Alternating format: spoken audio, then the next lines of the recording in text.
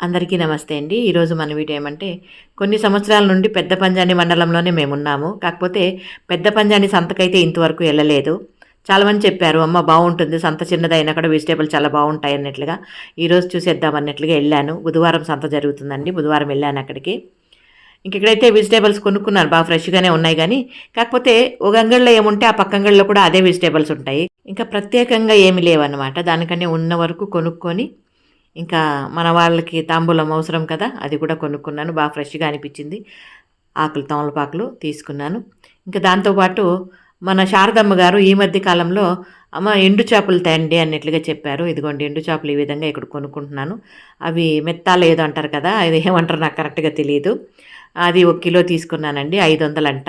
ఇంకా దాంతో పాటు ఏదో ఇంకోటొచ్చి శాంపుల్ కొద్దిగా తీసుకున్నాను. అదొక 150 అంట. ఇంక ఇవన్నీ తీసుకొని ఇంటికి బయలుదేరేసామండి. ఇది ఈరోజు మన చిన్ని వీడియో. నచ్చితే లైక్ చేయండి.